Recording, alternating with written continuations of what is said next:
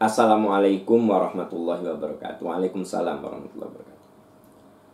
Pak Am, apa hukumnya jika suami tidak mau mendengar nasihat istri dan selalu mementingkan kebutuhan saudara-saudaranya yang sudah berumah tangga, padahal kondisinya sudah cukup, sedangkan seringkali istrinya harus berusaha memenuhi kebutuhan hidup sendiri, bahkan untuk rumah tangganya?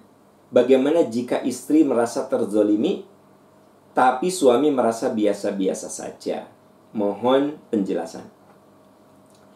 Ya, pertama tentu ibu perlu sampaikan keberatan ini, ya, gitu. Ibu-ibu, ya, pertama kita harus lihat sebenarnya suami itu memenuhi kewajibannya tidak. Kalau dia memenuhi kewajiban, menafkahi keluarga, sudah dicukupi, ya, begitu. Lalu dia membantu saudara-saudaranya, ya, tidak apa-apa, ibu tidak perlu marah. Kenapa?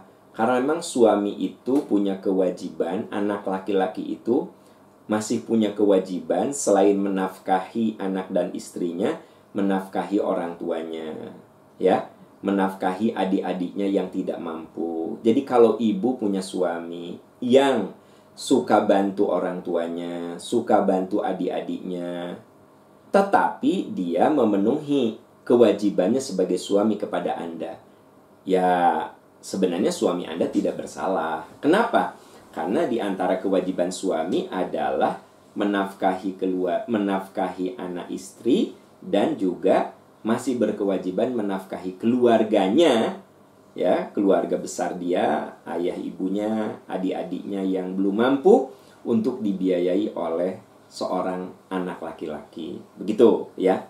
Nah, kalau saya baca kasusnya, suami ibu malah kepada adik, kakaknya, saudara-saudaranya, dia sering bantu. Padahal sebenarnya mereka itu orang-orang yang relatif sudah mampu.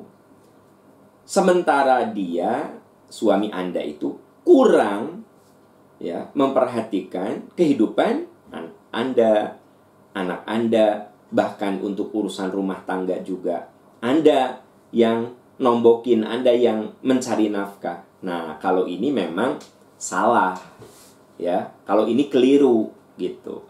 Nah, kalau suami keliru, cara yang paling bagus adalah memberitahunya. Karena boleh jadi dia tidak ngeh, tidak paham, diingatkan, berdiskusi, ya kan, gitu.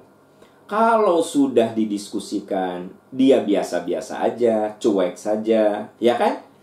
Lalu Anda merasa terzolimi. Nah, Anda baca buku nikah. Bila sewaktu-waktu suami tidak menafkahi selama 3 bulan berturut-turut, atau memperlakukannya secara kasar, atau meninggalkannya selama setahun tanpa memberitahu kemana, maka jatuh talak 1, gitu loh. Ya Bu, ya? Nah, jadi ibu kudu ikhtiar dulu. Tapi kalau ibu benar-benar merasa terzolimi, saya katakan Anda baca buku nikah, ya. Suami Anda tidak menafkahi, suami Anda memperlakukan dengan kasar, suami Anda suka menghilang. Kan ada suami yang suka menghilang, ya. Cekcok dikit, hilang, ya. Datang doi. Itu ada, saya pikir itu canda, tapi ada yang kayak begitu. Mungkin di antara sahabat-sahabat, ya, ibu-ibu ada yang suaminya kayak gitu. Jadi dia tuh suka menghilang, 6 bulan datang lagi, nggak ngomong apa-apa, datang lagi entah kemana, dia nggak beritahu pergi kemana. Nah, sebenarnya laki-laki kayak begini emang digugat cerai juga boleh, kan dia nggak punya mental tanggung jawab. Jadi dia telengit ya, menghilang. Dia nggak mikirin nafkah anaknya gimana, nafkah istrinya gimana. Istrinya berjuang menafkahi anaknya, ya. Suaminya ngilang, datang 4 bulan datang, ngilang lagi. Jadi kalau ada cekcok suka ngilang. Nah, laki-laki kayak begini digugat cerai juga nggak apa-apa. Kenapa?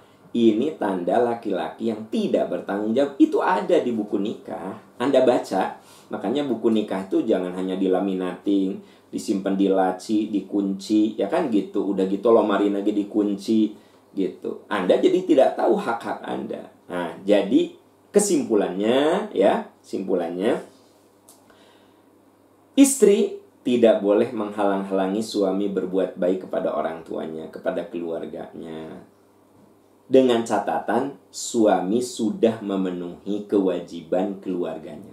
Kewajiban dia ke istrinya, ke anaknya. Ternyata ada sisa rezeki, dia berbuat baik kepada orang tua dan keluarganya, jangan dilarang. Karena itu kewajibannya. Kalau ternyata suami dia baik sama orang tuanya, royal sama keluarganya, tapi pelit sama istrinya, bahkan istrinya berkekurangan, anaknya berkekurangan, maka istri wajib mengingatkannya. Kalau sudah mengingatkannya tidak peduli juga, maka istri boleh pilih salah satu dari yang dua. Satu, Anda terima saja, Anda sabar saja. Ya udah, itu bagian dari ujian hidup Anda terima saja. Atau yang kedua, kalau Anda anggap itu kezoliman kepada Anda, itu perbuatan zolim kepada Anda, ya Anda bisa datang ke pengadilan agama meminta nasihat gimana solusinya kalau Anda dizolimi. Begitu. Jadi sabar atau ke pengadilan agama. Itu solusi konkretnya. Begitu. Ya. Ada wanita yang sering disakiti oleh suaminya, dizolimi oleh suaminya, tapi dia bilang, saya terima aja, yang ini laki-laki pilihan saya, biarlah saya nanti surga aja, gitu. Itu yang dilakukan oleh Asia. Apa kata Asia? Robbi ibnili indaka baitan fil jannah. Ya Allah, aku mah ingin istana di surga nanti. Jadi dia tahu suaminya zolim, ya dia terima saja, dan dia bilang, aku mah surga Allah aja nanti. Ada ibu-ibu yang, udahlah aku mah terima, mau apain lagi dah. Ini demi anak-anak, ya kalau aku bercerai juga kasihan anak-anak gimana. Ya udahlah, biar aku jadi bumper, biar aku jadi penyelamat untuk anak-anak. Biarlah aku mah surga Allah. Berapa tahun sih hidup lagi? Berapa tahun lagi sih hidup? Nggak lama juga. Paling orang hidupnya 60, 70 selesai. Nah gitu. Silakan. Ya Anda bisa memilih yang manapun yang menurut Anda bagus. Ya.